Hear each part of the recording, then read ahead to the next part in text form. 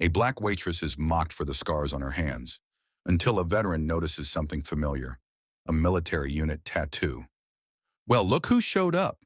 Freddy Krueger in uniform," Gregory barked, slapping the table hard enough to make the cutlery jump.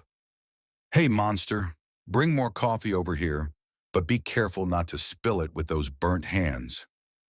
The cruel laughter echoed through Ray's diner like an emergency siren. All eyes turned to Maya, who held the coffee pot with perfectly steady hands, despite the scars that spread from her fingers until they disappeared under the sleeve of her white uniform shirt. Maya Brooks was 34 years old and had faced much worse than the insults of Gregory and his crew of mediocre executives who showed up every Tuesday to brighten her day. What they didn't know was that every cruel word only fed something inside her that grew in silence, a strength they could never understand. "I bet it was in a fire in the ghetto," whispered Lucas, Gregory's accountant, loud enough for her to hear. "Or maybe she was trying to cook crack and blew it up." Gregory laughed even louder. "Or maybe her boyfriend did it to her. You know how domestic violence is in that community." Maya approached the table with measured steps, her posture straight, contrasting with their expectation of seeing her slump under the weight of humiliation. When she reached the table, she poured the coffee with surgical precision, every movement calculated and controlled. "Anything else, gentlemen?" she asked in a voice so calm that Gregory frowned, confused by the lack of reaction he expected. "Yeah, an explanation." Gregory leaned forward, his small eyes gleaming with malice. "Tell us how you got that. Was it an accident, or did someone teach you a lesson?" For a split second, something flashed across Maya's eyes. It wasn't fear. It wasn't shame. It was the look of someone who had stared death in the face and decided it would have to wait. But Gregory was too busy admiring his own cruelty to notice. "Work," she replied simply, turning to leave. "What kind of work leaves someone like that?" Lucas insisted, his voice heavy with contempt. "Nightclub security? Prostitute." "Careful," Maya interrupted, turning slowly to face Lucas. There was something in the way she said that one word that made the air at the table grow heavier. "Some stories are more dangerous to tell than you can imagine." Gregory laughed again, but this time it sounded a little forced. "Oh, look, monsters trying to scare us. What are you going to do? Burn us like they burned you?" What none of them realized was that as they spoke, Maya memorized every face, every name mentioned in their previous conversations, every detail about their lives that they unconsciously revealed during these weekly sessions of cruelty. Her military mind worked like an information processing machine, cataloging everything for a purpose they couldn't even dream of. Across the restaurant, a man in his 40s watched the scene with growing discomfort. Marcus Reed had arrived a few minutes earlier and chosen a table in the back, hoping to enjoy a quiet cup of coffee during his cross-country trip. But the verbal brutality he was witnessing was turning his stomach. Something about Maya's posture, the way she maintained her composure under heavy fire, awakened a distant memory in Marcus. There was something familiar about that serenity under pressure, that unnatural calm that only existed in people who had been in places where death was a real possibility. "If you're enjoying this story, don't forget to subscribe to the channel," Maya muttered under her breath as she wiped down a nearby table, a phrase that had become her personal mantra for maintaining her sanity. "Because you haven't seen anything this monster is capable of yet." There, under the fluorescent lights of a cheap Texas diner, while enduring humiliations that would break most people, Maya held a secret that could completely rewrite the narrative of those arrogant men. Because sometimes the most underestimated people are exactly the ones who hold the most powerful secrets. Gregory wasn't satisfied with Maya's evasive answer. In fact, her calmness only fueled his need to break the serenity that bothered him so deeply. There was something about her posture that challenged his sense of superiority, and that was unacceptable. "Work," Gregory repeated, his voice dripping with sarcasm. "What kind of work, sweetheart? Because from what I see here, you serve coffee and clean tables. Not exactly high-risk professions." Lucas laughed, encouraged by his boss's persistence. "Maybe she worked at a barbecue joint and got burned, or in a dry cleaners with chemicals. You know, jobs for people like her." Maya stopped cleaning the table next to them, her movements becoming more deliberate. When she turned to face them again, Marcus Reed noticed something the others couldn't see, a subtle shift in the way she distributed her body weight, as if she were preparing for something. People like me? Maya asked, her voice maintaining the same calm tone, but with a new layer of something that made Gregory hesitate for a second. You know, Gregory recovered quickly. People who work with their hands, manual labor, nothing that requires too much brain power. It was at that moment that Marcus noticed the detail that made his heart race. When Maya leaned forward slightly to pick up a fallen napkin, the sleeve of her shirt rode up a few inches, revealing not only the scars that ran down her arm, but also the faded edge of a tattoo. It was only a few partial letters, but to someone who had served in the army, those marks were unmistakable. Interesting, Maya muttered, more to herself than to Gregory. Manual labor. That's an interesting way to describe carrying wounded soldiers 3 miles under enemy fire. Gregory blinked, confused. What did you say? Nothing, Maya replied, returning to her neutral tone. Never mind. Do you want the bill, or are you going to stand here all day making comments about my appearance? The sudden change in tone caught Gregory off guard, but it also angered him even more. He wasn't used to being dismissed, especially by someone he considered to be below him in the social hierarchy. Listen here, you little prick. Gregory rose from his chair, his voice rising. You're going to show us the respect we deserve. We're paying customers, and you're just a what? Maya interrupted, turning to face him completely.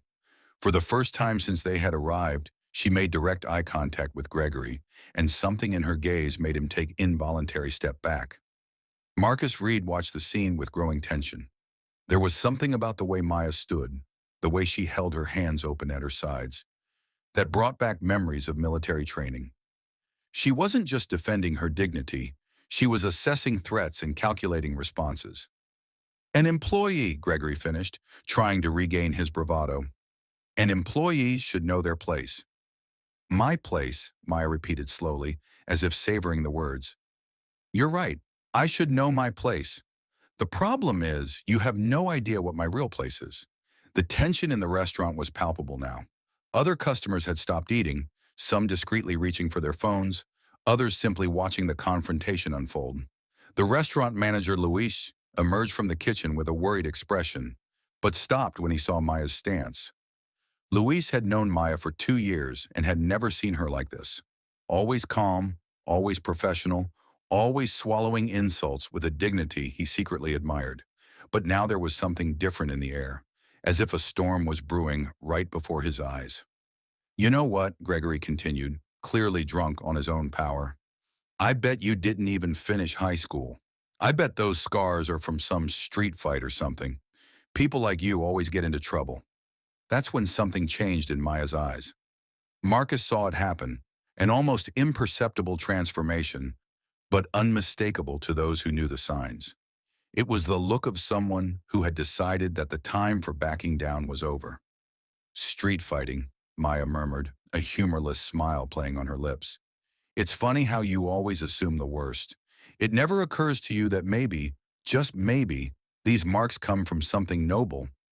Gregory laughed loudly. Noble? Look at you. You work in a roadside restaurant. What could possibly be noble about your life? Maya walked slowly toward their table, her steps measured and deliberate. When she stopped beside Gregory's chair, she leaned in slightly, her voice lowering to a whisper that only he could hear. The difference between you and me, she said, is that you judge people by what you see on the surface. I judge them by what I know they're capable of doing when no one's looking. Gregory felt a chill run down his spine. There was something in her voice, a cold certainty that made all his self-preservation instincts scream. But his pride was greater than his better judgment. Are you threatening me? He asked, trying to sound indignant, but his voice came out a little higher than he intended. Threatening. Maya straightened up, returning to her professional tone. Of course not. Just pointing out that sometimes people completely underestimate who they're dealing with. And when they realize their mistake, it's usually too late to do anything about it. Each new humiliation only strengthened something inside her that her oppressors couldn't see. a silent strength fueled by the very injustice they tried to impose on her. What those privileged men didn't know was that every act of contempt was writing their own sentence of defeat, line by line, cruel word by cruel word.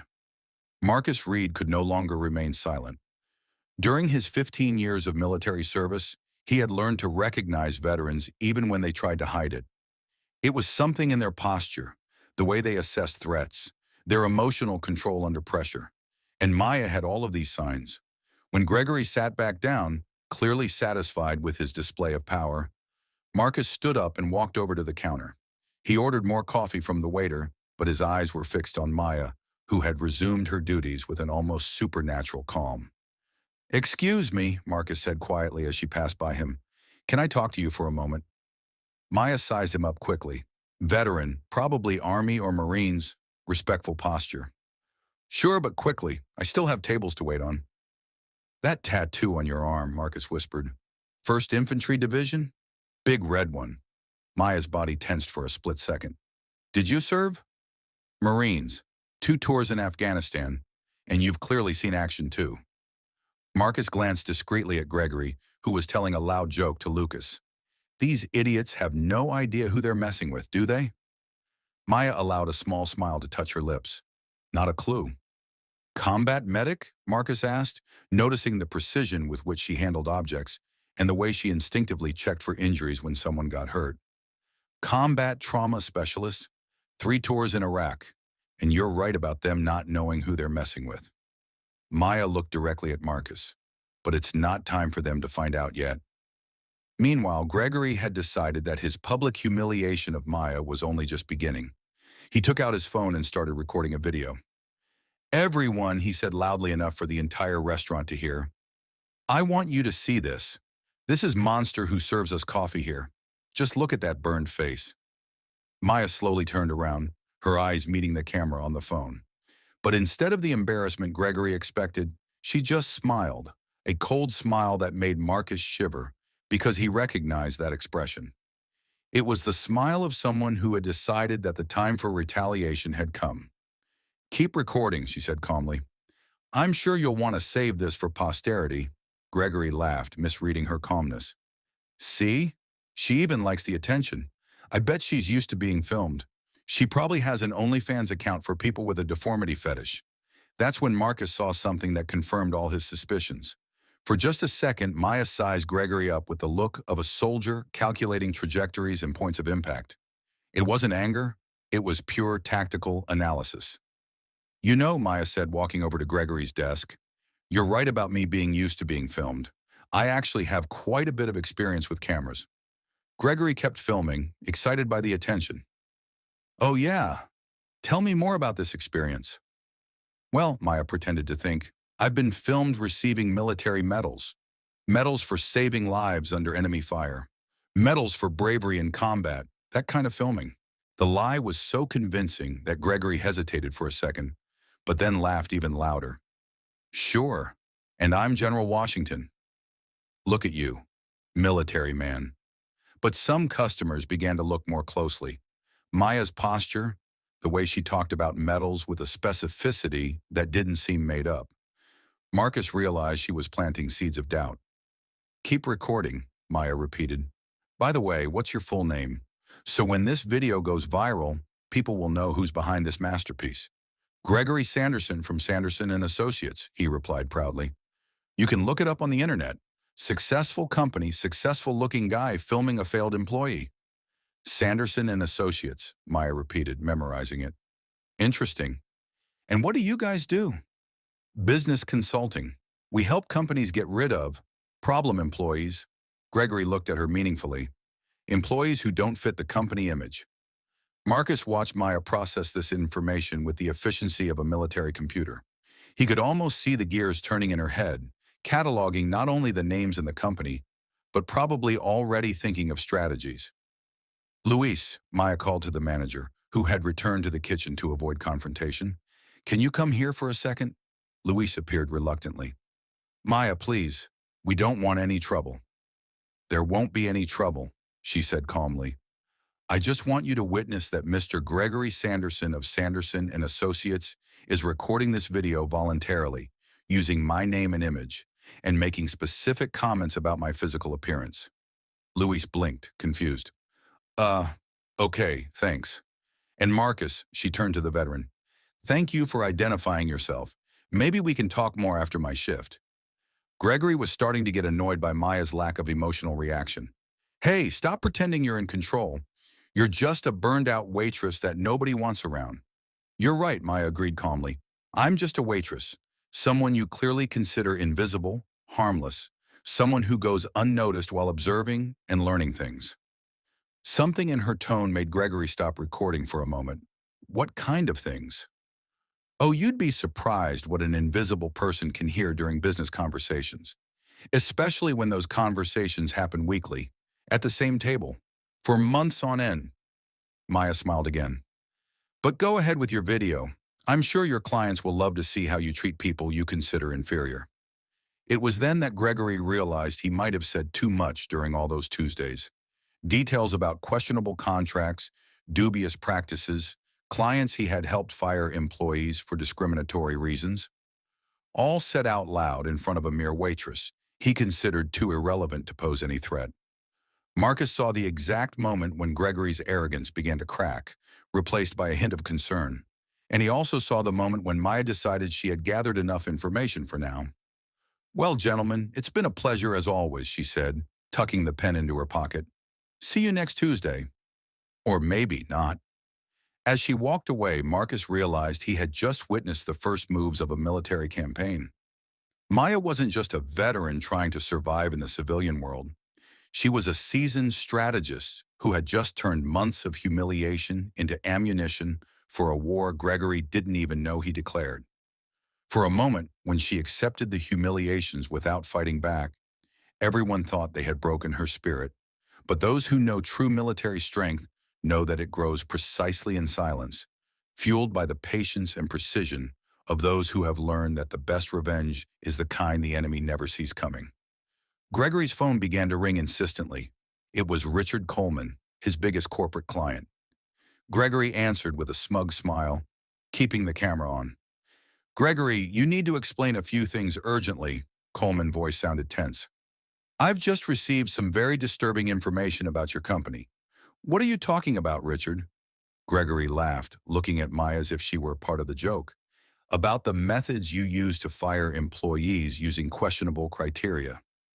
That's when Maya approached the table. Mr. Coleman, isn't that right? Your company has been mentioned several times here. Something about cleaning up the payroll of undesirable elements were the exact words. Gregory paled. How did you? 3 months ago, you explained in detail how you helped Coleman fire 5 black employees using restructuring as an excuse. Maya continued calmly. You said, the trick is to create retroactive performance documentation. They can never prove discrimination. That's a lie, Gregory shouted. Lieutenant, Maya smiled. Luis, can you bring me my phone? The one with the recording app I've been using for the last 6 months. The silence was deafening. Gregory felt the floor disappear beneath his feet. In Texas, only one party needs to consent to recordings, Maya replied calmly. Every Tuesday for 6 months, I recorded every admission of discriminatory practice you made while thinking you were talking to a mere waitress. Luis returned with the phone. Maya played a recording, and Gregory's voice echoed through the restaurant. The secret is never to put it on paper that it's about race. You document other things, late arrivals, productivity, cultural fit. Gregory reached for the phone, but Marcus stepped in between them. I wouldn't do that. 6 months of confessions, Maya continued. Client names, specific tactics, amounts paid. All perfectly audible. Gregory's phone rang again. It was his wife. Gregory, what the hell is going on? My sister just sent me a video on Instagram where you're humiliating a war veteran. Maya raised an eyebrow. Oh yeah, I forgot to mention, I posted that video you recorded on your own social media with some details about my military background that you never bothered to find out. Gregory opened Instagram with trembling hands. The video already had thousands of views. The description read, Sanderson and Associates CEO humiliates decorated war veteran. Sergeant Maya Brooks served 3 tours in Iraq and saved dozens of American lives. This will ruin everything, Gregory muttered. There's more, Maya said, showing him a folder on her phone. Over the past 3 months, I've investigated every aspect of Sanderson and Associates. Questionable contracts, unreported payments, connections to companies under federal investigation. She stood up, commanding absolute respect. The recordings have already been sent to the Department of Labor, the Equal Employment Opportunity Commission, and 3 offices specializing in discrimination. Gregory tried to protest, but Maya continued relentlessly. The viral video will ensure that everyone knows who you really are. Your clients are already being contacted by civil rights activists. The phone exploded with calls. Each ring was another client canceling contracts. Why? Gregory asked, his voice broken. Why didn't you say who you were from the start? Maya stared at him with unshakable dignity. Because men like you need to learn that respect shouldn't depend on uniforms. It should be automatic, basic, human. Marcus stepped forward and extended his hand. Sergeant Brooks, it's been an honor to witness this. As Gregory and Lucas left in complete despair, Maya turned to the other customers. What about you? 6 months watching this happen. How many other people have you seen humiliated and chosen to do nothing? As the revelations piled up and the mask fell away, one thing became crystal clear. Gregory had picked the wrong person to humiliate at the wrong time for the wrong reasons. And now Maya's true strength was being revealed through the systematic justice she had orchestrated with the patience of a war strategist. 6 months after that transformative day at Ray's Diner, Maya Brooks was no longer just a waitress trying to survive in silence. The story of her life had spread nationally, turning her into a respected spokesperson for veterans' rights and victims of workplace discrimination. The diner itself had become a pilgrimage site for veterans from across the country. Luis, the manager, had created a hero's wall on the main wall, where Maya's photo in military uniform took pride of place, alongside dozens of other local veterans who finally felt comfortable sharing their stories. It's funny, Maya remarked to Marcus during one of her weekly visits. I spent 3 years hiding who I was, and now I can't hide it even if I wanted to. Marcus smiled, watching the complete transformation of the environment. Sometimes we need to be broken to discover how strong we really are. Gregory Sanderson, on the other hand, was living a nightmare that seemed to have no end. Sanderson and Associates had closed its doors after losing all of its major clients. The viral video had been viewed by more than 10 million people, making his name synonymous with discrimination and corporate incompetence. His wife had filed for divorce, taking with her half of what remained of their assets after the court settlements. He called me last week, Maya told Marcus, serving coffee to a table of veterans who had driven 200 miles just to meet her, apologizing, begging me to take the recordings off the internet. And what did you say? That some lessons need to be permanent to be effective. The federal investigation triggered by Maya's recordings had revealed a scheme of discrimination far larger than anyone had imagined. 12 companies that had been clients of Sanderson and Associates were now facing lawsuits for discriminatory practices, and Gregory was cooperating with the authorities in a desperate attempt to reduce his own sentence. Lucas, the accountant, had lost his professional license and was working at a convenience store across town. Every time someone recognized him from the viral video, he would lower his head and change aisles, carrying the weight of the shame his cruel words had created. What struck Maya most was how the community had changed. Customers who had once pretended not to see the humiliation now made a point of greeting her, some even apologizing for their own omission. The old lady who always sat at the corner table had become one of Maya's most vocal defenders, telling anyone who would listen about our local hero. You know what I've learned? Maya said during an interview for a national podcast on veterans' rights. That respect shouldn't be something you have to earn through medals or uniforms. It should be automatic, universal, human. Marcus had moved to the city permanently, opening a small consulting business for veterans transitioning to civilian life. He and Maya had developed a strong professional partnership, helping other former military members navigate the challenges of the corporate world. The ironic thing Marcus reflected during one of their conversations is that Gregory tried to use his discrimination to feel superior, but he ended up revealing his own moral inferiority to the whole world. Maya's story had inspired legislative changes in 3 states, including new protections for veterans against workplace discrimination. She had testified before congressional committees, her calm but powerful words echoing through the halls of power in Washington. Luis had promoted Maya to assistant manager, but she divided her time between the diner and her new job as a consultant to organizations seeking to improve their diversity and inclusion policies. Ironically, many of the companies that sought her out most were former clients of Sanderson and Associates, desperate to repair their damaged reputations. The best revenge, Maya said during a speech at a veterans convention, is not to destroy those who hurt you. It's to build something greater than they could ever imagine, and to do it with such class that they're forced to respect the very thing they tried to destroy. Gregory occasionally passed through town, driving a used car instead of the BMW he used to flaunt.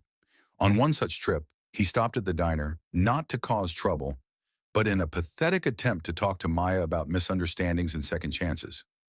Maya greeted him with the same professional courtesy she had always shown him, serving him coffee and taking his order without a change in her voice or demeanor. When he tried to apologize again, she simply said, "Mr. Sanderson, what happened between us was not a misunderstanding. It was a revelation of character, yours and mine. The transformation had been complete.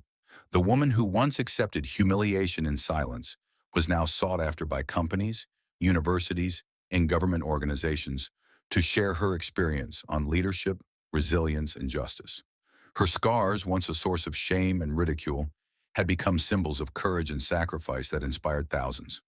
If this story of transformation and justice has touched your heart," Maya said during her most recent television interview, "remember that we all have the power to choose how we respond to injustice. We can bow down to it, or we can use our inner strength to rewrite our own narrative." The lesson was clear. Gregory tried to destroy Maya, but he ended up destroying himself. Maya learned that true revenge isn't about repaying the harm done to you. It's about achieving a level of success your enemies could never imagine, and doing so with a dignity that forces them to confront their own moral mediocrity.